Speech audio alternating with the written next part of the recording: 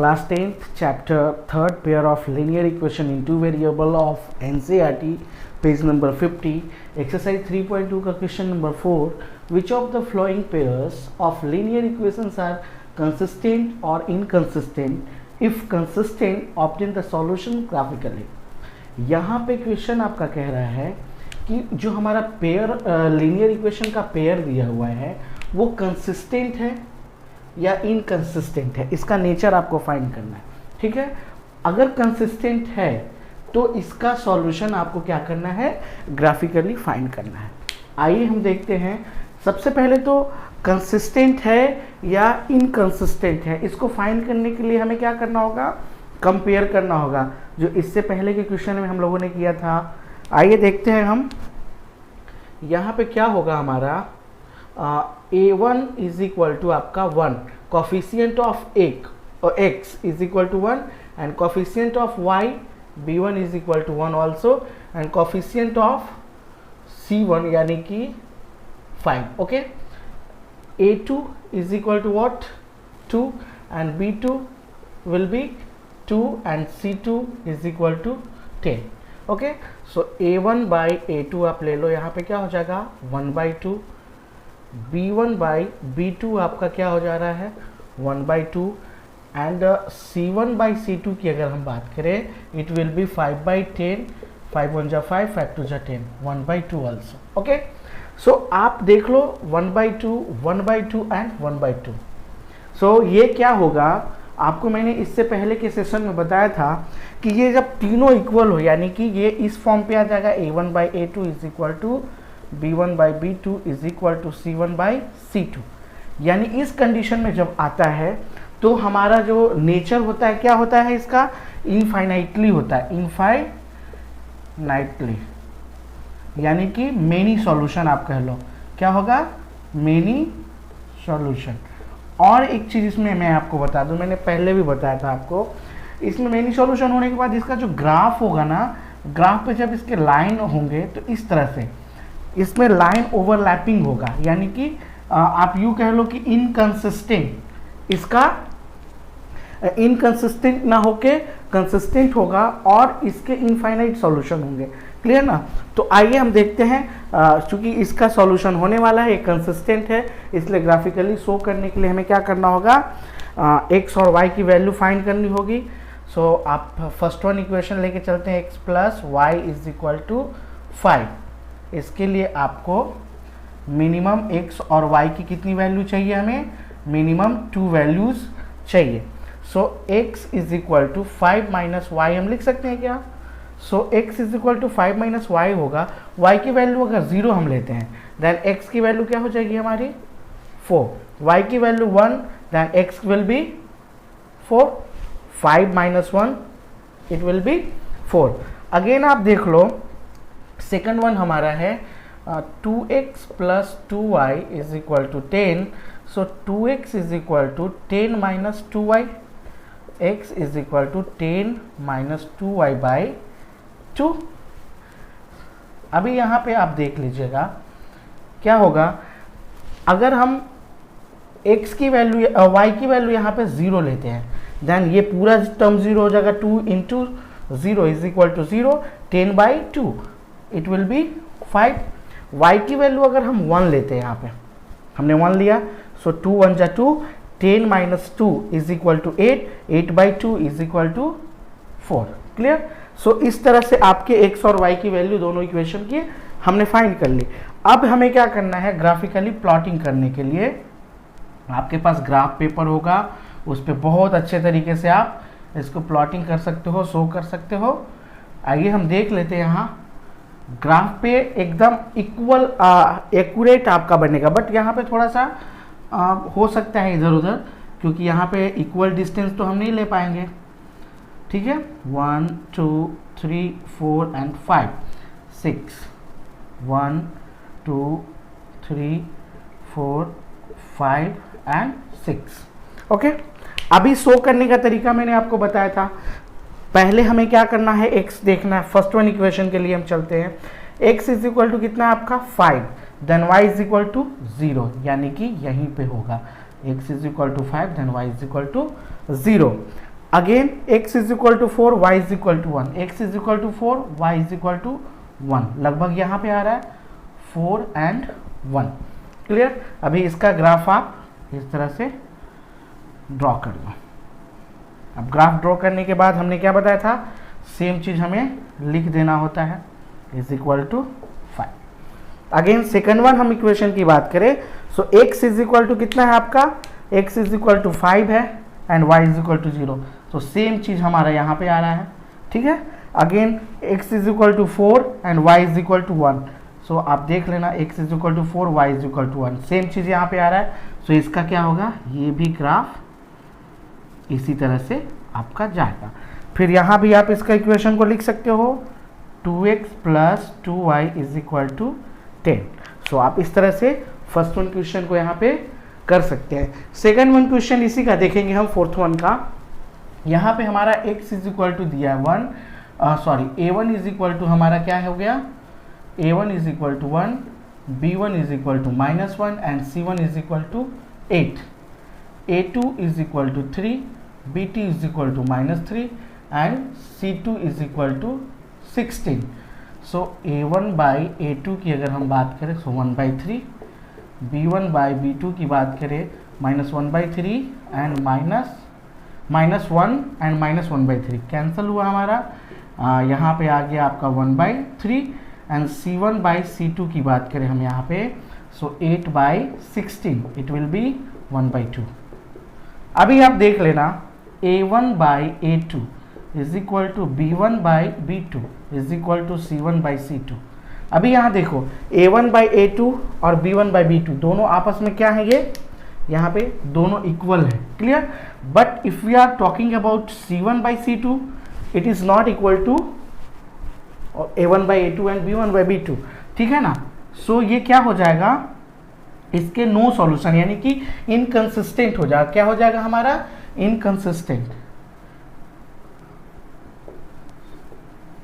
और इनकंसिस्टेंट जब होता है यानी कि इसके सॉल्यूशन नहीं होंगे। जब इसके सॉल्यूशन नहीं होंगे तो हम ग्राफ पे इसको प्लॉटिंग नहीं करेंगे। थर्ड वन क्वेश्चन हम देखते हैं। थर्ड वन क्वेश्चन है आपका, यहाँ पे भी आप देख लो a1 will be 2, b1 is equal to y, यहाँ y का कोफिशिएंट 1 है and c1 is equal to -6, a2 is equal to 4, b2 is equal to -2 and c2 is equal to -4। So a1 by a2 क्या हो जाएगा हमारा, 2/4 is equal to 1/2, 2 and 2 2 जा 4। Again b1 by b2 की अगर हम बात करें सो 1/-2। Clear. And c1 by c2 की बात करें -6/-4, माइनस कैंसिल, 3 एंड 2।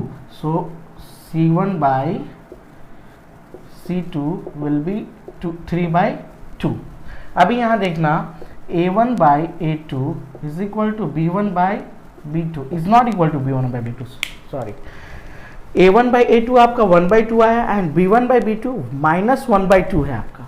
सो ये एक दूसरे के इक्वल नहीं होंगे। जब ये दूसरे के इक्वल नहीं होंगे तो ये condition number first, case number first जो मैंने बताया था, ये कंसिस्टेंट होगा और ये यूनिक सॉल्यूशन इसका होगा। क्या होगा, ये तो हमारा आ गया, इसका नेचर कंसिस्टेंट हो गया हमारा, और या कह लीजिए इसको यूनिक सॉल्यूशन इसके होंगे, या वन सॉल्यूशन भी आप कह सकते हो। अब जब हमारा कंसिस्टेंट है और इसका सॉल्यूशन होगा तो हमें क्या करना होगा, ग्राफ पे इसको शो करना होगा। तो आइए हम ग्राफ पे देखते हैं। मैं यहाँ पे रफ करता हूँ, ठीक है ना। सेकंड वन क्वेश्चन को मैं रफ कर रहा हूँ, आप देखना। यहाँ पे क्या करना होगा हमें,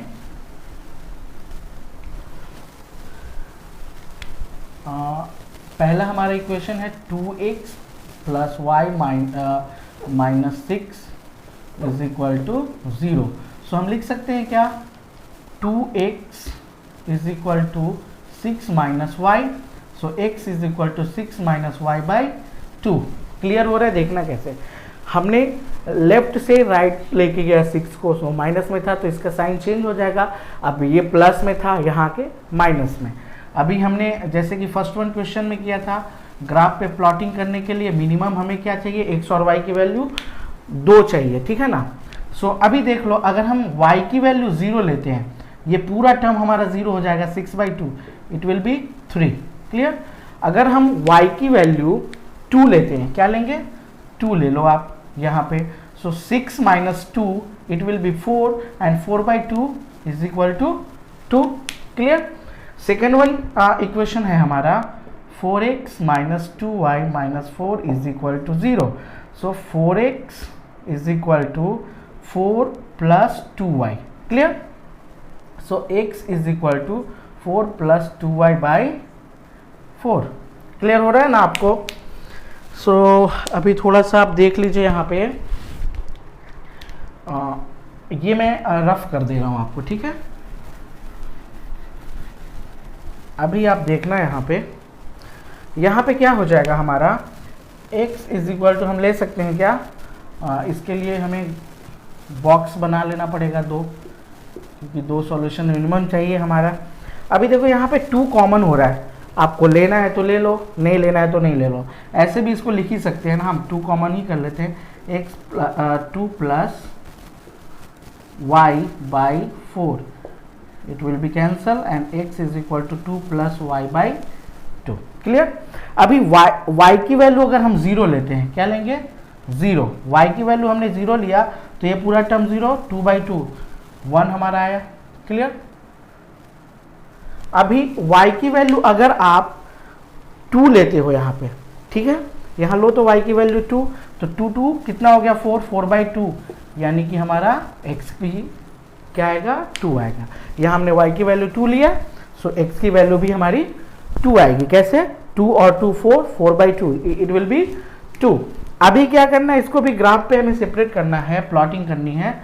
सो हमें x और y हॉरिजेंटल और वर्टिकल लाइन हमें लेना होगा, 1 2 3 4 5 6, 1 2 3 4 5 6 एंड 7।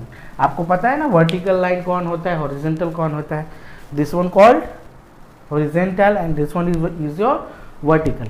सो अभी हम फर्स्ट वन इक्वेशन की बात करेंगे। फर्स्ट वन इक्वेशन में हमारा क्या था, x की वैल्यू 3 थी तो y की वैल्यू 0। सो x की वैल्यू आपका 3, देन y विल बी 0, सो हमारा यही हो जाएगा 3 एंड 0। फिर x की वैल्यू 2, देन y की वैल्यू भी 2, x की वैल्यू 2 एंड y की वैल्यू भी 2, लगभग यहाँ आ रहा है हमारा।